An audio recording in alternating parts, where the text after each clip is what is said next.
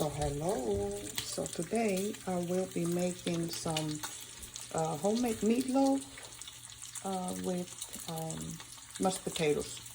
And what I like to do is that I like to use a dry onion in my mix, my hamburger meat mix. And what I do is, if you buy it in the store, you can buy it in the store, that's fine, but they got a lot of preservatives, and since I'm not sure if they have gluten in them or not, I'm going to make my own dry onion mix. So what I need is the onion.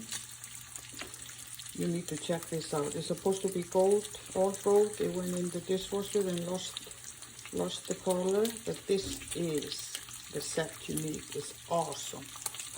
So see, can you see it? Tomodahashi, something like that. So what I do is I cut the onion down. You can cut it down in strips if you want to. It takes a little bit longer, but it's better to chop it up in small pieces. And then you just lay it all over here in your pan. No oil, nothing on it, because you want it to get dry. Then you put it on the lowest heat that your oven has. Mine has 170, so that's what I'm going to put it in. So after I lay them all in here, I put them in the oven and I let them be there at least 2 hours. And then I check it and I flip them, and then I leave them about an hour. So altogether it's about 3 hours. It's better if you can turn the oven off and leave it in the oven even overnight. It will be crispy and nice.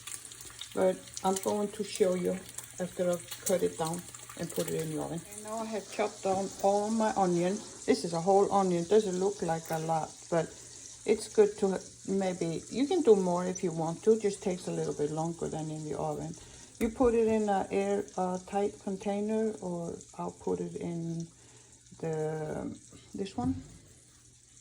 I like to put it in a glass like that, and then you have the airtight container, and you can store this for up to 3 months.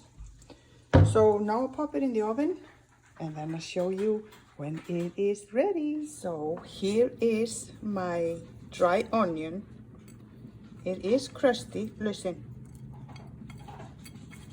you can hear it. It tastes really good. And I'm gonna mix it. I'm gonna have a little bit of just regular raw onion. Then I took so everything is gluten free. So I took my bread and I just crumps it down. This time I'm just gonna use a little bit of heavy cream. I'm gonna use 2 eggs, salt and pepper, a little bit of milk, beef bouillon, soya sauce, 1 tablespoon of the flour. That's also in this case to make it a little bit thicker. And of course I'm going to use my oil.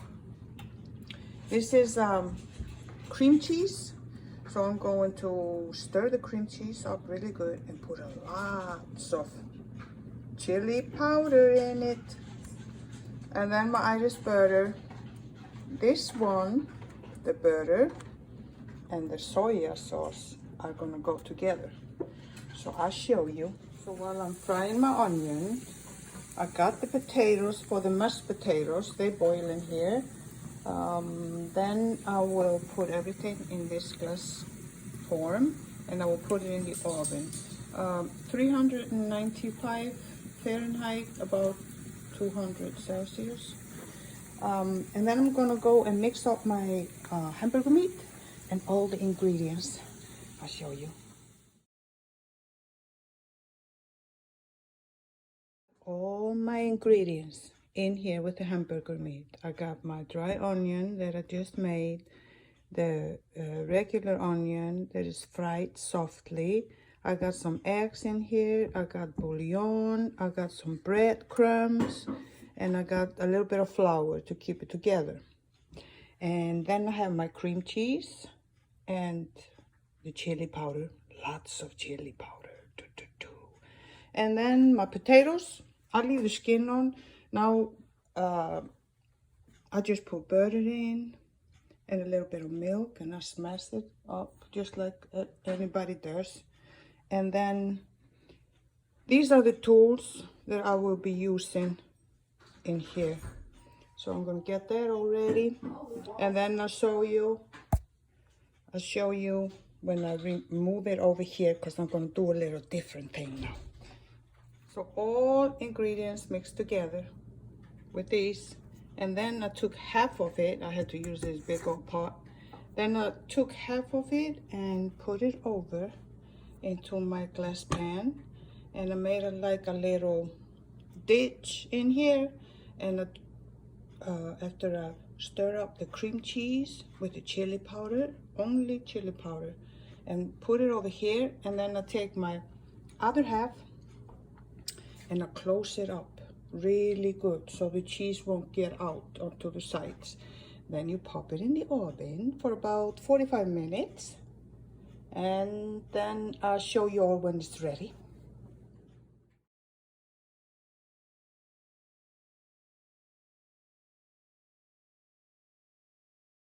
I did decide to make a little bit of a gravy.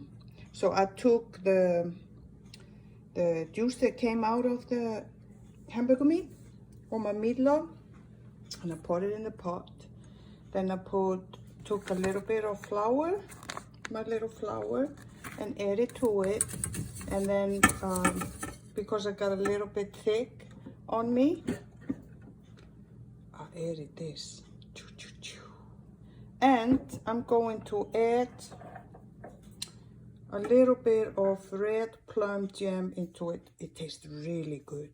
You just have to taste it and see if you want to put a little bit in, or you can always add more and more. So I'll put like a half a teaspoon for the starter. And then I'll show you when it's on the plate. Mashed potatoes.